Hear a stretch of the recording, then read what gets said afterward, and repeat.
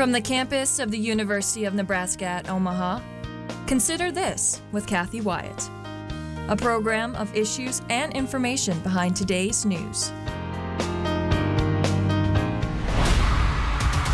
The world will know you as pop stars. But you will be much more than that.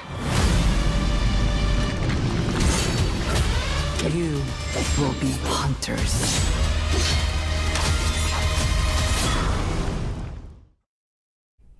Hi everyone, I'm Cathy Wyatt. Welcome to the 29th season and this week's edition of Consider This. Our topic, K-pop Demon Hunters. Joining us to talk more about it is Andrea Mehlhaff Weare. Dr. Weare is an expert in digital media and society and can offer insights into, among other things, pop culture. Thank you so much for being here and welcome. Thank you for having me. I have to say, watching that intro, this is literally why I got a PhD in media communication. I would have watched this film on my own personally, but professionally getting to talk to you about it and communicate its cultural significance is such an exciting opportunity, and I'm glad that it's getting attention. Awesome. I want to ask for your thoughts as you watch that opening video. What comes to mind is how accurate it feels that this film has been nominated for 5 Grammys. We will see the Grammys March 1st, and for, I think, such a deserving category as Best Song, so one of the most generalized categories, a very coveted spot. This is an animated, Netflix-produced show that is being nominated for 5 Grammys, and we will see if they take Best Song home on February 1st. Wow, before we dive into this movie, which we are going to do, we're going to put up a map for our viewers. And as we're doing that, tell us what's important to know about Korea. Well, in terms of a pop culture context, which is connected to our discussion today with K-pop Demon Hunters, South Korea is its largest export is its entertainment media production. So that's important for South Korea as a country. The capital, Seoul, is where so much of this content is being produced and exported to Western countries like the United States. I teach a class every spring called Global Media, and South Korea has a huge space on my syllabus. We talk about all kinds of adaptations that have been Korean produced and adapted for US media. Popularity for groups like BTS, Psy in 2012, which I know we'll talk about, but also popular television adaptations like The Good Doctor on NBC is a popular South Korean show that has come to the United States. This is all thanks to one mogul in South Korea named Mickey Lee. Her father founded Sony, and she specifically is to be credited for Sony not just creating, say, video game consoles, but starting to create content in entertainment media. And her brother runs Sony today, and because of her, we have the Oscar-winning film Parasite and the widely successful boy band BTS. Wow, it seemed like this movie came out of the blue. But that isn't really the case, right? Right. So South Korean popular culture has been exported for about a decade, if not more, and becoming increasingly popular in Western cultures. There's such a large fandom community of individuals who love South Korean media, but also love South Korean media adaptations in American culture, for example. Music is probably the easiest, most visual way to see this happening with the creation of chart-topping songs and really awe-inspiring music videos that accompanies that. K-pop Demon Hunters is the best example of that exportation of South Korean media. It's really a soft power. It's a form of diplomacy. If hard power and diplomacy would be, say, military force, this is a soft power of South Korea exporting its cultural values, its focus on family, its focus on sincere connection and friendship, and seeing that translated into Western audiences. Wow, tell us about the storyline for K-pop Demon Hunters. So the film really focuses on what you would call a girl group or a girl band, and it's a trio of all three female singers who are great friends but also co-workers in their role of Huntrix, which is the name of their girl band. And their role has a dual meaning, that they are pop stars, but in their South Korean culture, they also are the protectors of what they call Hanmun, which is a state of being and a role of protection to society. Wow, okay. I want to know how K-pop music became so popular. Well, we could start with the popularity you might call the first viral YouTube video, Gangnam Style by K-pop South Korean artist Psy. This music video came out shortly after the release of the song, and the quick connection of both of those happened in 2012 on a time when YouTube was becoming increasingly used for music videos. Gangnam Style was the first YouTube video to ever reach 1 billion views. That is history for YouTube, but it's also history for South American K-pop. Wow, let's take a look at exactly what you're talking about. Oppan Gangnam Style. Gangnam Style. Oppan Gangnam Style. Gangnam Style. Oppan Gangnam Style. Hey, sexy lady. Oppan Gangnam Style. Hey, sexy lady.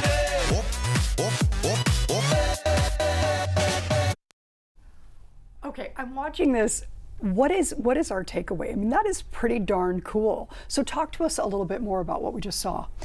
What's interesting is how Psy utilized YouTube as a platform to communicate the comedic lightheartedness of the song. There's certainly a dance component that's easily learned when you see it on a visual social media platform like YouTube.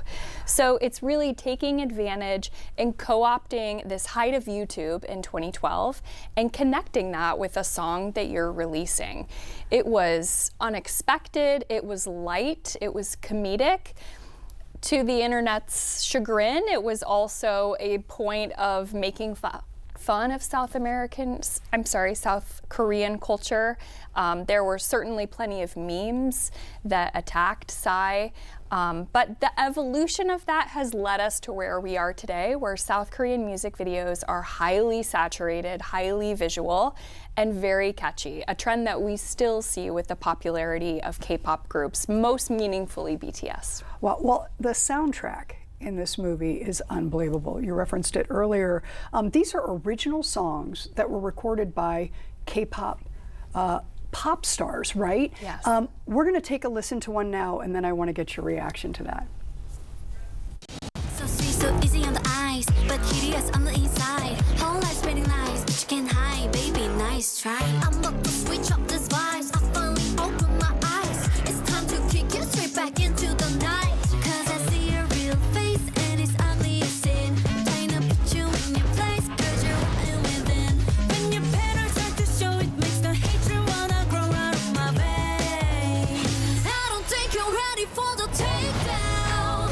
Break you into pieces in a world of pain. 'Cause you're all the same. Yeah, it's a takedown. A demon with no feelings don't deserve to live. It's so obvious. I'ma look you up and take you down. Take it down. Take it down.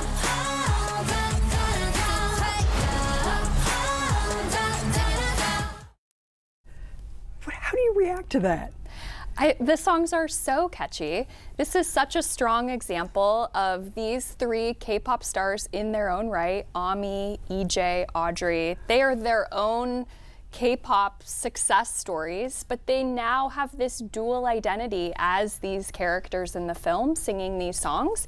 They themselves have been featured on SNL, a variety of other shows that want to showcase their songs and their singing.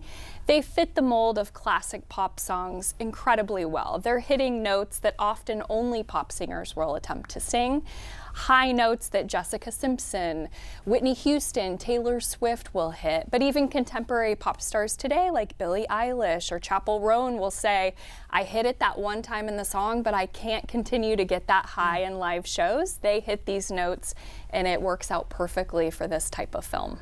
Wow, I initially thought when this came out, it was all a movie all for the kids, right? And then as things started to take off, you realize, no, it's really for people of all ages. We saw that at Halloween. We're going to put up a photo for our viewers. This is just a sampling of what is going on, right? In terms of people really following this.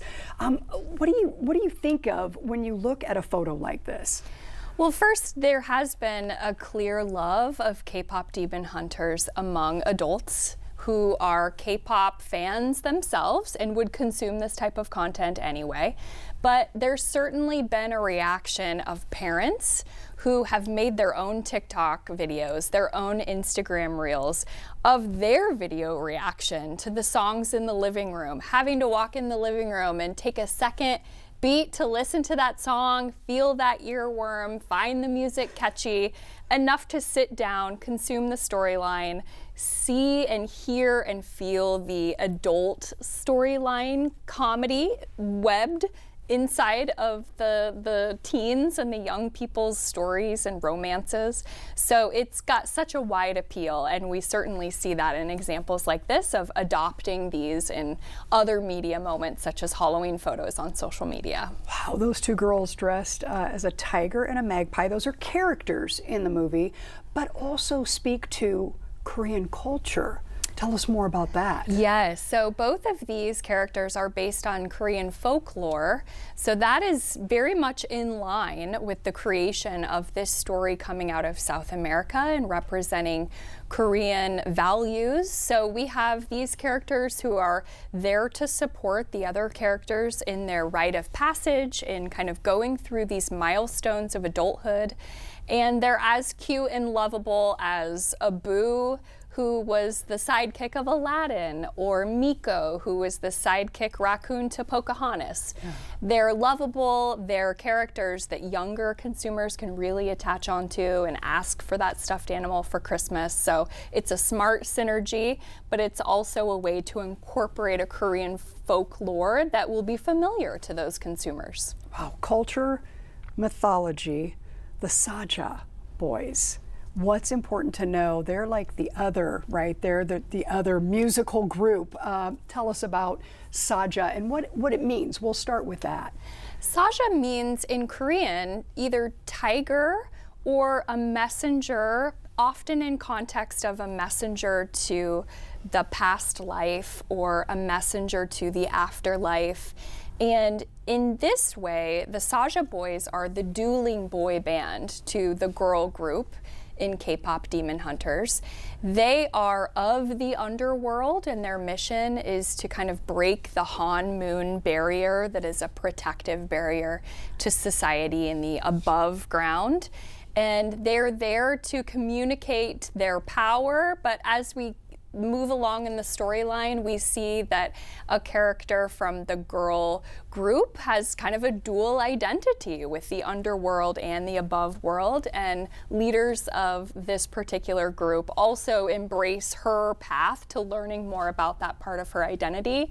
Certainly a storyline that any child immigrant or any Korean American child or Mexican American child could identify, having a dual identity storyline. Wow, you've mentioned the Han Moon, but talk a little bit more about it. It means soul and gate. So tell us a little bit more there. Han Moon, those words combined mean like a gate to the soul, and it's an expression that's been created for the purpose of the plot, but it has been embraced in this storyline in that It is a protective barrier that you can see clearly in the film, but that is symbolic for a protective barrier of those who are above earth or above ground. And the girl band Huntrix, they see themselves as the protectors of this. Every time they perform live, they strengthen this barrier. They bolster this protection to society.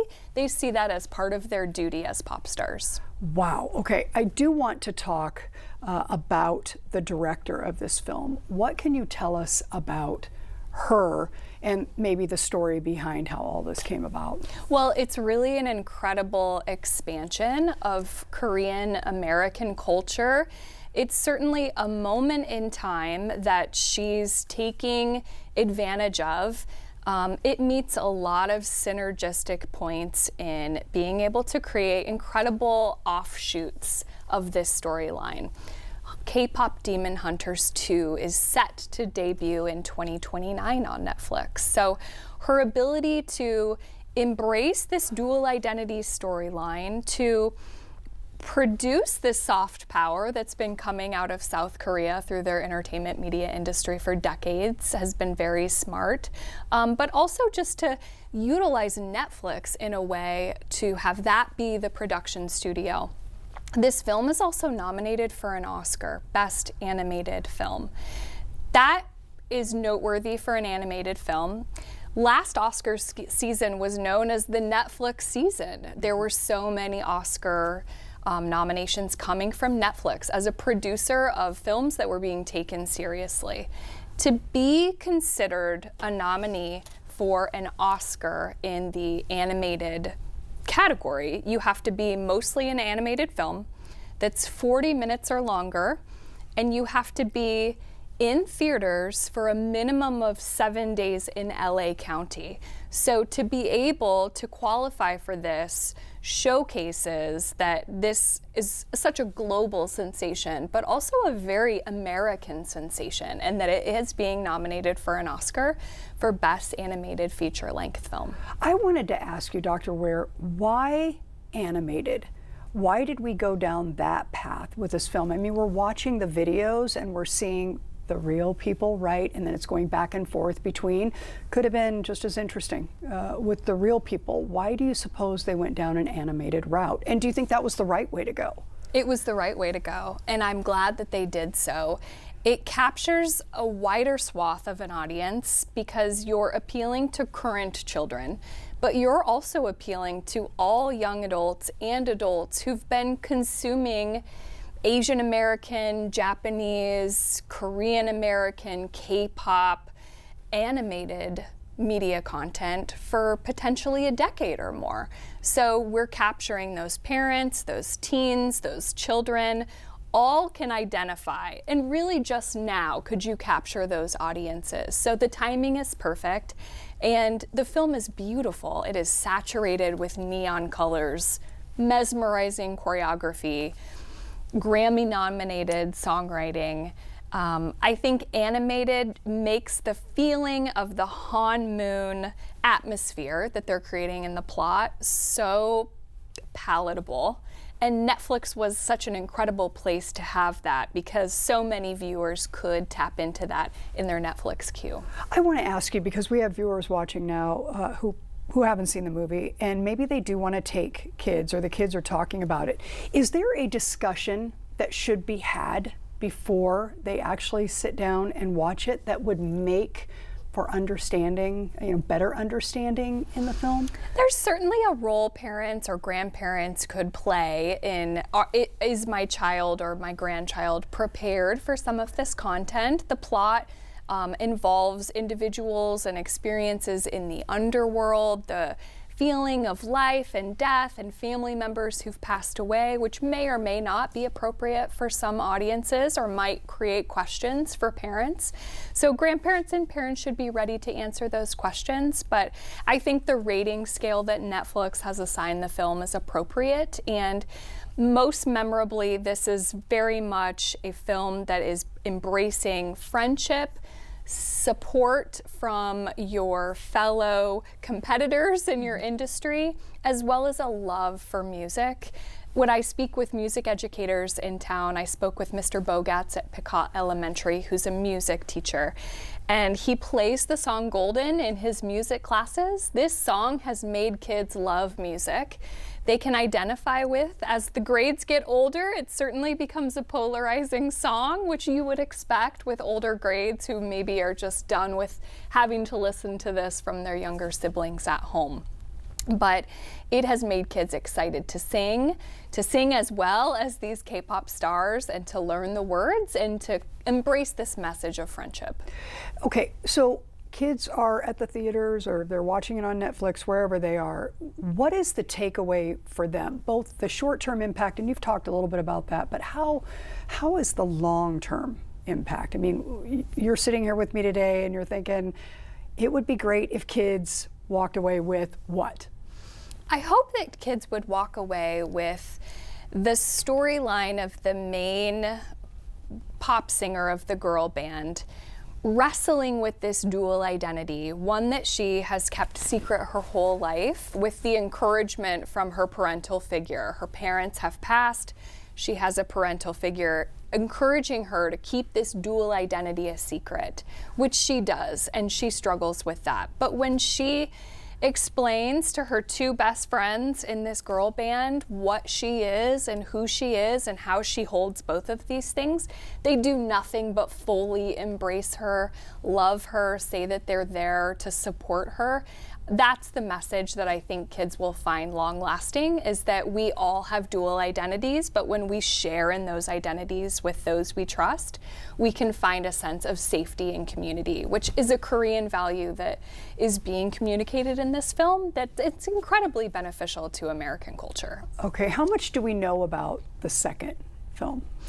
I think that there is an early release video as of a couple of days ago, but in terms of plot, I don't think we know much. Okay, I do want to ask you, just from a cultural perspective, what is to be gleaned by this movie?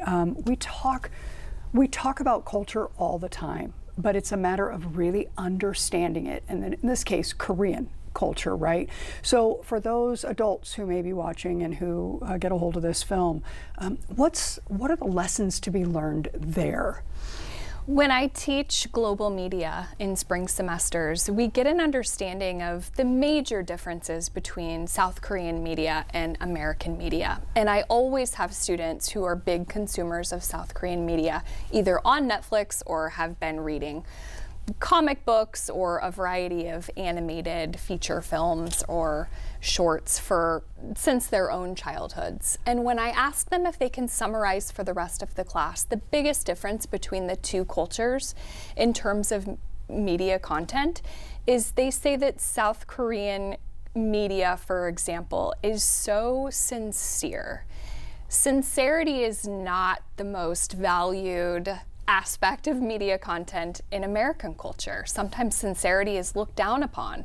We very much have gone through an era in American media culture of loving sarcasm, satire, irony, the exact opposite of sincerity. To be able to watch a film like K-pop Demon Hunters that is sincere on purpose because it is so naturally of that culture is wildly refreshing. Wow. Okay, I do want to ask you, because you've obviously been doing this for a little while, why did you go down this path? You seem very passionate about what you're doing, obviously very knowledgeable. Why did you choose this direction? You know, I studied media as an undergrad student and decided to get a master's in journalism. In doing journalism, I just missed talking about the why behind media. So I went back and I got a doctoral degree from the University of Iowa in media communication.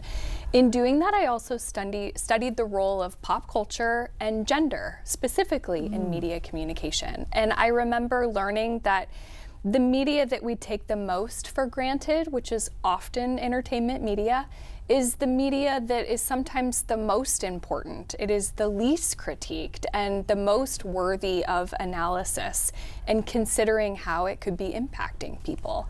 So getting to consider this skill set with something like K-pop Demon Hunters really gets my brain going in terms of the gendered aspects of the film, the impact on women and girls watching it, but also the cultural ramifications of what types of messages about South Koreans might Americans walk away after seeing a film like this. So there's so much happening in my head when I'm watching the film with my nephews. I'm certainly thinking about my media researcher hat, but I'm also watching it for pleasure, and just moderating both of those roles in my brain is just a favorite part of my life. You said your nephews, so you're watching it with younger people. What was their reaction?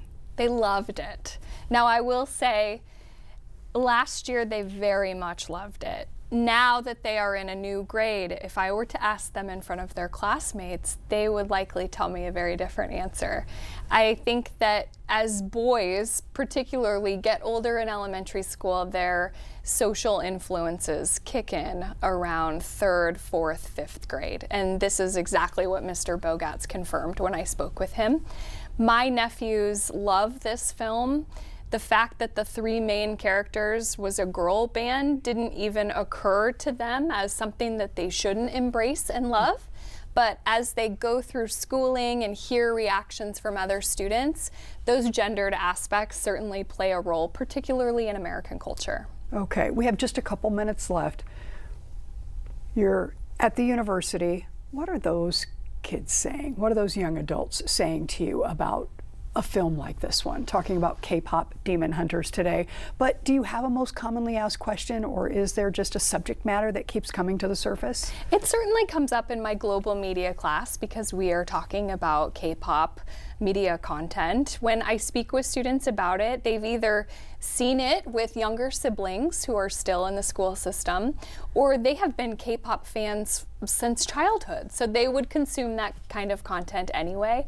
I love to hear how they see the sincerity and how they find sincerity so refreshing. That's very affirming for me as a faculty member. And probably gives you some good material with which to work moving forward, right?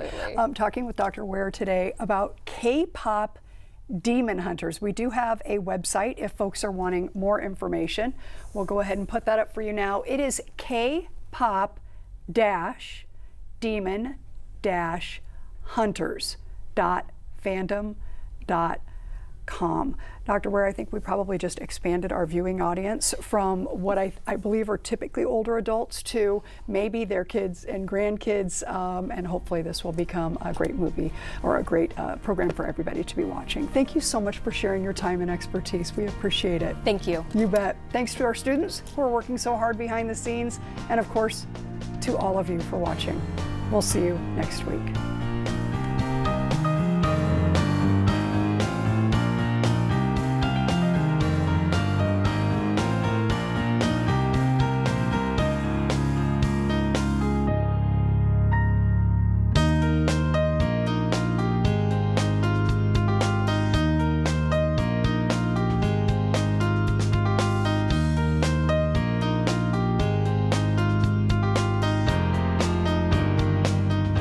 Consider This is an issues and information program produced by UNO Television in the School of Communication. More information and program archives can be found at nebraskapublicmedia.org/considerthis. If you'd like to share your comments about this program, call the UNO School of Communication at 402-554-2600 during regular business hours. Or send an email to cwyatt@unomaha.edu. You are a maverick. You stand ready to change the world. You are an innovator with bold ideas and a vision for the future. You are determined to turn your dreams into reality.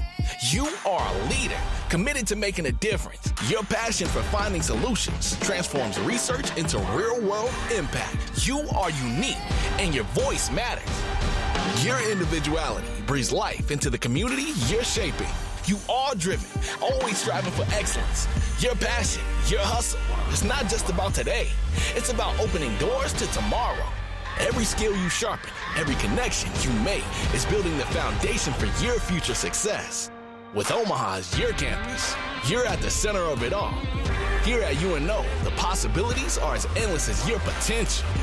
You dare to dream, to innovate, to lead, to shape a brighter future. You are